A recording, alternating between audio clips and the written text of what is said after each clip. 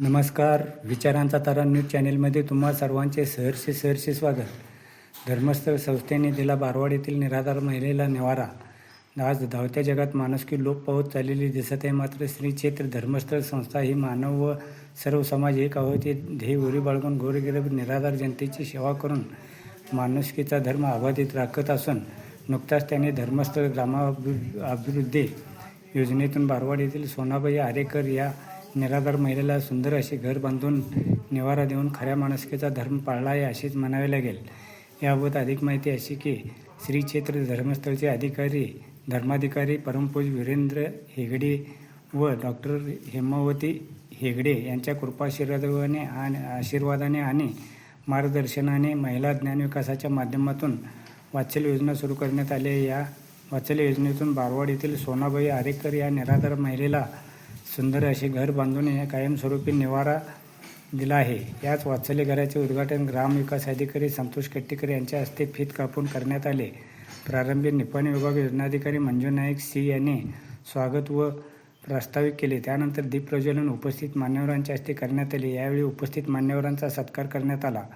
याप्रसंगी धर्मस्थळ ग्राम अभिवृद्धीचे चिक्कोडी विभाग प्रमुख विठ्ठल सालियान, ग्राम ज्ञानविकास जनजागृती धारवाड विभाग सुधा नाईक, जिल्हा जनजागृती सदस्य बाळासाहेब शिंदे आदींनी मनोगत व्यक्त केले. यावेळी ग्रामपंचायत सेक्रेटरी रामचंद्र कोरे, जिल्हा जनजागृती उपाध्यक्ष लक्ष्मी मगदूम, सत्यप्पा दावणे, जयश्री कांबळे, शीतल बागे, रावसो कोणे, महादेव पाटील, तानाजी चौगले यांच्यासह बारवाड ग्रामस्थ, धर्मस्थळचे निप्पाणी चिक्कोडी विभागाचे धर्मस्थळचे प्रतिनिधी उपस्थित होते. मित्रहो, विचारांचा तारा न्यूज चॅनेलला सबस्क्राईब करून, लाईक करून, शेअर करावे अशी विनंती करतो आणि इथे थांबतो. धन्यवाद. विचारांचा तारा न्यूजसाठी ರಂಗರಾವ್ ಬನ್ನಿ, ಬಾರವಾಡ. ಸ್ಮರಿಸಿಕೊಂಡು ಪರಮಪೂಜ್ಯ ಪದ್ಮವಿಭೂಷಣ ಡಾಕ್ಟರ್ ಡಿ ವೀರೇಂದ್ರ ಹೆಗಡೆ ಅವರ ಮಾತೃಶ್ರೀ ಹೇಮಾವತಿ ಅಮ್ಮನವರ ಕೃಪಾಶೀರ್ವಾದಗಳನ್ನು ಈ ಸಂದರ್ಭದಲ್ಲಿ ಬೇಡಿಕೊಂಡು ಇವತ್ತಿನ ದಿವಸ ಬಾರವಾಡ ಗ್ರಾಮದಲ್ಲಿ ಧರ್ಮಸ್ಥಳ ಗ್ರಾಮಾಭಿವೃದ್ಧಿ ಯೋಜನೆ ವತಿಯಿಂದ ವಾತ್ಸಲ್ಯ ಮನೆಯನ್ನು ನಿರ್ಮಾಣ ಮಾಡುವಂತಹ ಒಂದು ಕಾಮಗಾರಿ ಇವತ್ತು ಪೂರ್ಣಗೊಂಡಿದೆ.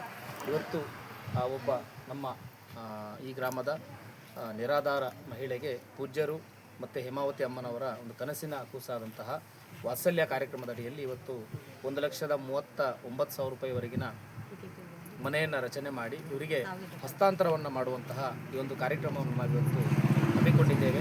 ಈ ಒಂದು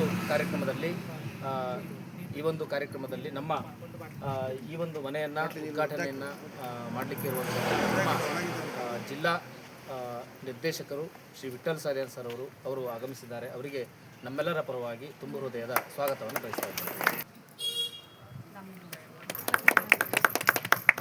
ಆಶೀರ್ವಾದವನ್ನು ಬೇಡಿಕೊಳ್ಳುತ್ತಾ ಇವತ್ತಿನ ದಿವಸ ಈ ಒಂದು ಮನೆ ಹಸ್ತಾಂತರ ಸಂದರ್ಭದಲ್ಲಿ ನಾವು ಮಾತ್ರ ಶ್ರೀ ಹೇಮಾವತಿ ಅಮ್ಮನವರು ಈ ಕಾರ್ಯಕ್ರಮ ಅನುಷ್ಠಾನದ ಅವಧಿಯಲ್ಲಿ ಯಾವ ಹಂತವಾಗಿ ಅನುಷ್ಠಾನ ಮಾಡಿದ್ರು ಅನ್ನೋದ್ರ ಬಗ್ಗೆ ಎರಡು ಮಾತಾಡಲಿಕ್ಕೆ ಇಚ್ಛಿಸ್ತೇನೆ.